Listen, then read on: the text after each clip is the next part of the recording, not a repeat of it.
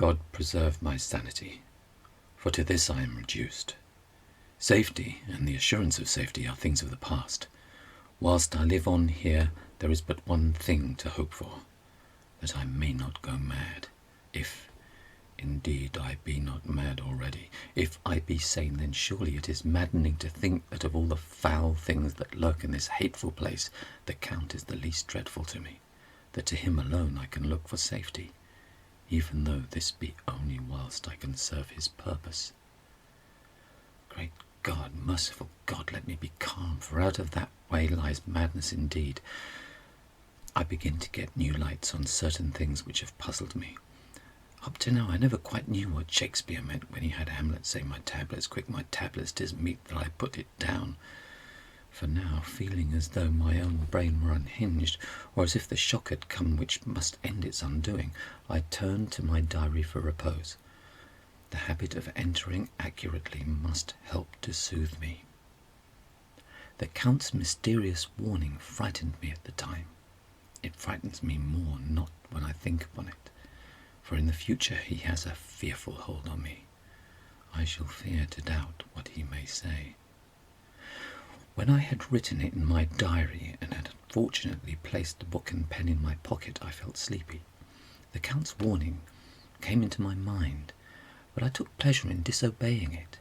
The sense of sleep was upon me, and with it the obstinacy which sleep brings as outrider. The soft moonlight soothed, and the wide expanse without gave a sense of freedom which refreshed me. I determined not to return tonight to the gloom-haunted rooms, but to sleep here, where of old ladies had sat and sung and lived sweet lives, whilst their gentle breasts were sad for their menfolk away in the midst of remorseless wars. I drew a great couch out of its place near the corner, so that as I lay I could look at the lovely view to east and south, and, unthinking of or uncaring for the dust, composed myself for sleep. I suppose I must have fallen asleep. I hope so, but I fear for all that followed was startlingly real, so real that now, sitting here in the broad full sunlight of the morning, I cannot in the least believe that it was all sleep. I was not alone. The room was the same, unchanged in any way since I came into it. I could see along the floor in the brilliant moonlight my own footsteps marked where I had disturbed the long accumulation of dust. In the moonlight opposite me were 3 young women, ladies by their dress and manner. I thought at the time that I must be dreaming when I saw them. They threw no shadow on the floor. They came close to me and looked at me for some time, and then whispered together.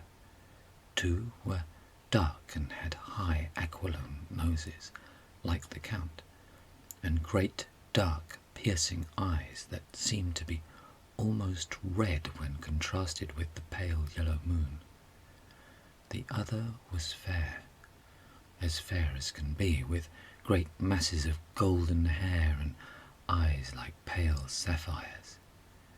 I seemed somehow to know her face, and to know it in connection with some dreamy fear, but I could not recollect at the moment how or where. All 3 had brilliant white teeth that shone like pearls against the ruby of their voluptuous lips. There was something about them that made me uneasy, some longing and at the same time some deadly fear. I felt in my heart a wicked, burning desire that they would kiss me with those red lips. It is not good to note this down, lest some day it should meet Mina's eyes and cause her pain. But it is the truth. They whispered together, and then they all 3 laughed. Such a silvery, musical laugh, but as hard as though the sound never could have come through the softness of human lips. It was like the intolerable tingling sweetness of water glasses when played on by a cunning hand. The fair girl shook her head coquettishly, and the other two urged her on. One said, "Go on. You are first, and we shall follow. Yours is the right to begin." The other added, "He is young and strong. There are kisses for us all." I lay quiet, looking out from under my eyelashes in an agony of delightful anticipation.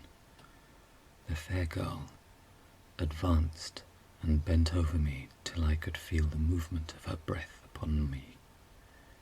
Sweet it was, in one sense, honey-sweet, and sent the same tingling through the nerves as her voice, but with a bitter underlying the sweet, a bitter offensiveness, as one smells in blood.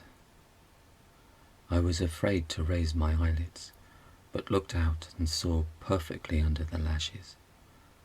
The girl went on her knees and bent over me, simply gloating.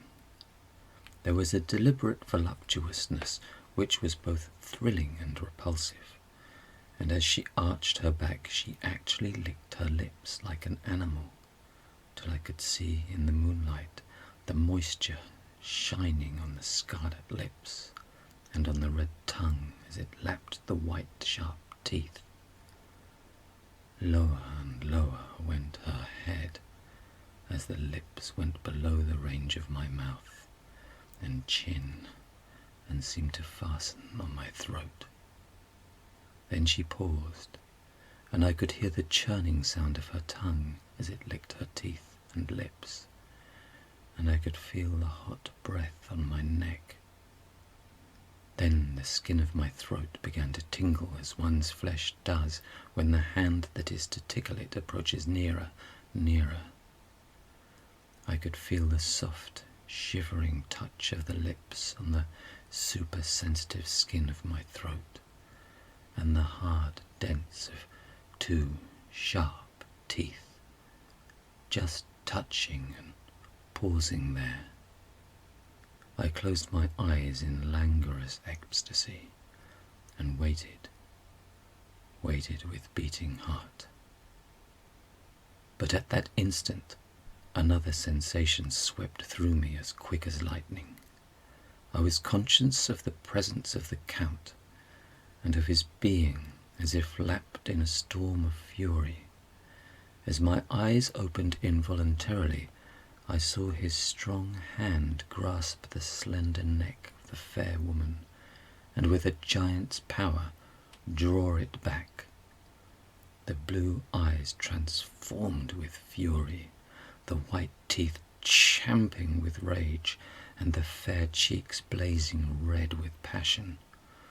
But the Count, never did I imagine such wrath and fury, even to the demons of the pit. His eyes were positively blazing.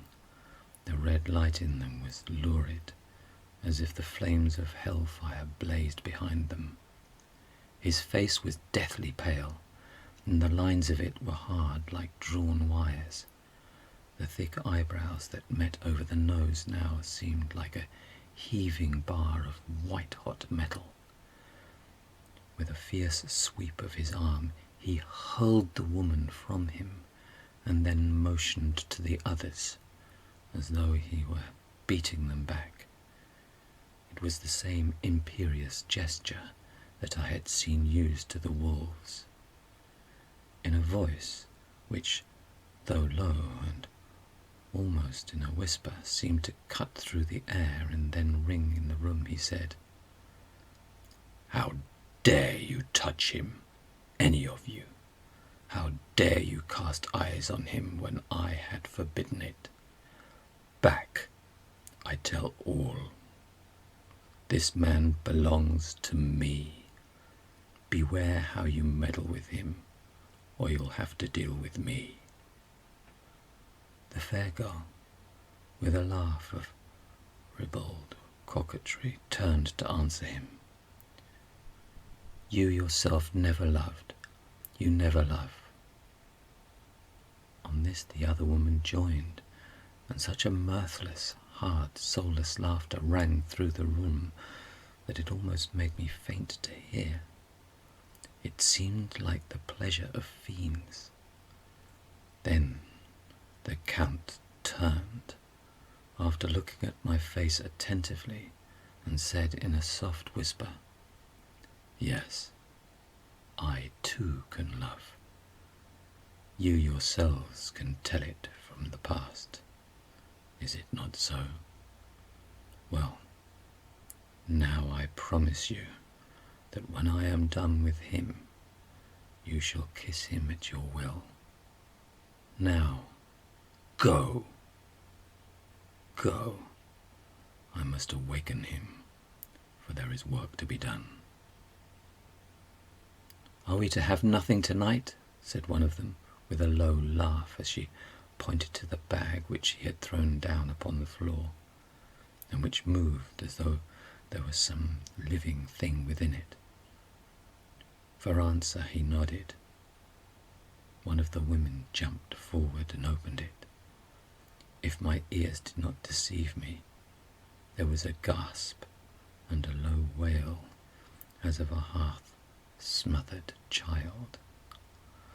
The women closed round while I was aghast with horror, but as I looked, they disappeared, and with them the dreadful bag.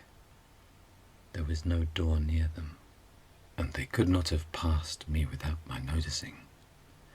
They simply seemed to fade into the rays of the moonlight and pass out through the window, for I could see outside the dim, shadowy forms for a moment before they entirely faded away.